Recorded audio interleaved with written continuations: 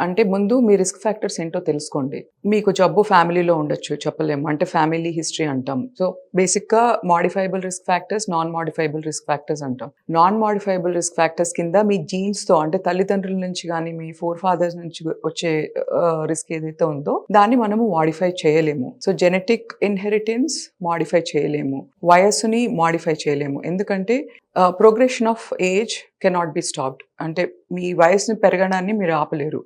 ఈ non modifiable risk factors మన కంట్రోల్‌లో లేవు. At the same time modifiable risk factors let's say ఊబకాయం, ఒబెసిటీ. ఒబెసిటీ మన కంట్రోల్‌లో ఉంది. ఒబెసిటీ నుంచి వచ్చే మల్టిపుల్ డిసీజెస్ అంటే ఒబెసిటీ నుంచి డయాబెటిస్, ఒబెసిటీ నుంచి షుగర్, ఒబెసిటీ నుంచే కొలెస్ట్రాల్, ఒబెసిటీ నుంచి స్నోరింగ్ ఇష్యూ. సో, ఒబెసిటీ నుంచి ఇవన్నీ వచ్చే ఛాన్సెస్ ఉన్నాయి. సో, ఇవన్నీ మన చేతుల్లో ఉన్నాయి. సెడెంటరీ లైఫ్ స్టైల్ మన చేతుల్లోనే ఉంది. మనకుండే అలవాట్లు స్మోకింగ్ గానీ, ఆల్కహాల్ ఇంటేక్ కానీ, కొంతమంది రిక్రియేషనల్ డ్రగ్స్ మత్తు మందు. సో, ఇవన్నీ వాడతారు. ఈ వాడకాలు ఇవన్నీ మన చేతుల్లో ఉన్నాయి. So, non modifiable risk factors మన చేతుల్లో లేవు. మోడిఫైయబుల్ రిస్క్ ఫ్యాక్టర్స్ మన చేతుల్లో ఉన్నాయి. మన చేతిలో ఉన్న వాటిని మనం కంట్రోల్‌లో ఉంచుకుందాము ఒకటి.